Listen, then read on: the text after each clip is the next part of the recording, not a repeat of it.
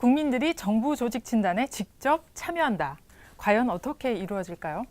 행정안전부 조직진단과 정창성 과장님과 함께 이야기 나눠봅니다. 안녕하세요.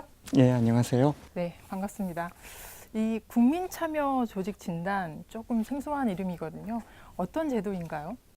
혹시 국민참여 재판이나 국민참여 예산제도라는 걸 들어보신 적이 있을지 모르겠는데요. 네. 국민들이 중요한 의사결정에 참여하는 과정입니다. 국민참여 조직진단 같은 경우에도 비슷한 취지고요. 국민들이 정부 조직 결정 방식이나 분석 과정에 참여를 해가지고 좋은 의견을 주시면 그중에 합리적인 것들은 뽑아서 각 부처에서 구체적인 정책 대안으로 만들어가는 그런 제도입니다. 근데 올해부터 대폭 확대된다고 들었어요. 이유가 있을까요? 작년에 경찰하고 고용노동부를 대상으로 시범 실시를 해봤는데요. 그때 반응이 굉장히 좋았습니다. 예를 들면 경찰 같은 경우에는 금요일 밤 소위 불금이라고 하죠. 네. 그때 경찰들이 가장 바쁜 시간 바로 직전에 가가지고 경찰들이 준비하는 과정을 국민들이 직접 보시고요. 현장에서 문제점을 한번 짚어보고 그리고 평상시에 본인들이 느꼈던 것들이 있습니다. 네. 그러한 것들을 의견을 제시하면은요. 그런 의견들이 처음에는 굉장히 많을 텐데 그런 것들을 모아서 체계적으로 조금 정리를 한번 해보고 심화 토론을 합니다. 심화 토론을 하면은 아무래도 더 좋은 의견들이 나오잖아요. 네. 그러면 그런 아이디어들을 다 정리를 해서 각 부처에 주고요. 각 부처에서는 또 전문가 검토라든지 내부적인 의사결정 과정을 거쳐서 그 정책 대안을 조금 더 구체화하는 그런 과정을 거치게 됩니다. 단순한 참여나 봉사 방식과는 차원이 다른 것 같거든요. 구체적으로 진행 과정이 어떻게 되는지 다시 한번 설명해 주시죠. 어떤 참여는 공청회 가가지고 손을 한번 딱 들고 말을 하는 참여도 있을 수 있고요. 그렇지 않고 원전 공론조사 방식 같이 엄밀하게 대표성을 확보해서 지역, 성별, 나이별로 그런 사람들을 뽑은 다음에 그분들이 끝장 토론을 하는 방식도 있거든요. 저희는 그 중에 한 중간 정도 방식입니다. 좋은 의견이 있다면 그것을 구체적인 정책 대안으로 만들도록 그렇게 하고 있습니다.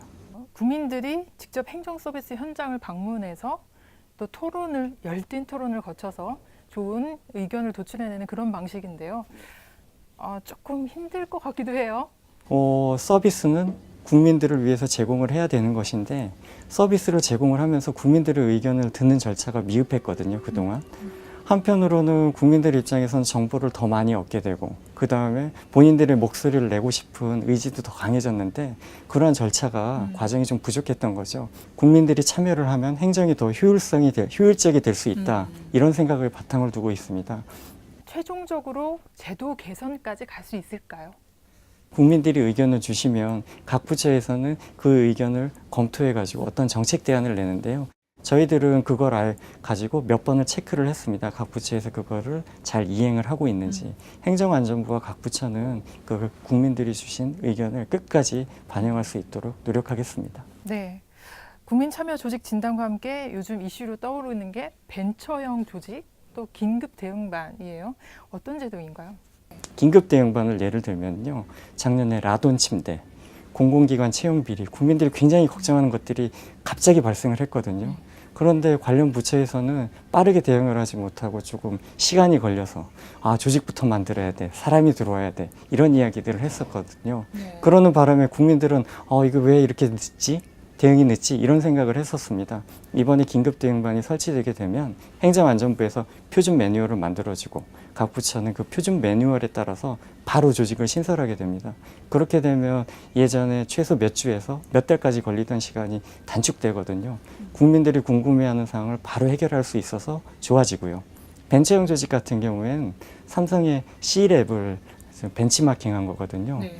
공무원들 중에도 사실 좋은 아이디어들이 많이 있는데 보수적인 문화 때문에 조직이 뒷받침되지 못했습니다. 공무원들에게 그런 좋은 아이디어를 냈으면 자기가 팀장이 돼서 직접 아이디어를 구현할 수 있도록 해주고 그 팀장은 우수한 인재를 자기가 직접 뽑거든요. 그리고 근무 문화도 굉장히 유연하게 해줄 생각입니다. 네. 그렇게 되면 좀 더 혁신적인 성과가 나오고 그 결과물이 국민들한테 크게 도움이 될 거라고 생각을 하고 있습니다.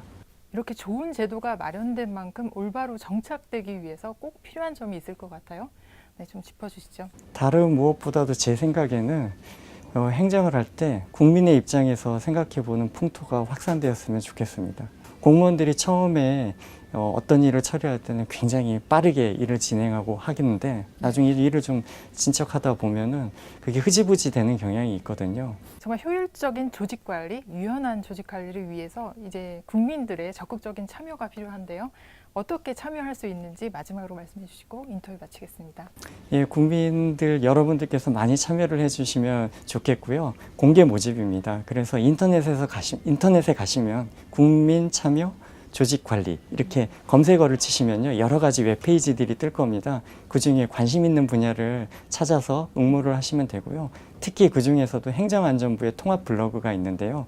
그쪽에 들어가시면 여러 가지 부처들의 참여 현황이 한꺼번에 나오기 때문에 찾아보시는데 굉장히 편리할 것으로 그렇게 생각하고 있습니다. 네, 지금까지 행정안전부 정창성 과장님과 함께 말씀 나눴습니다. 오늘 말씀 고맙습니다. 예, 감사합니다.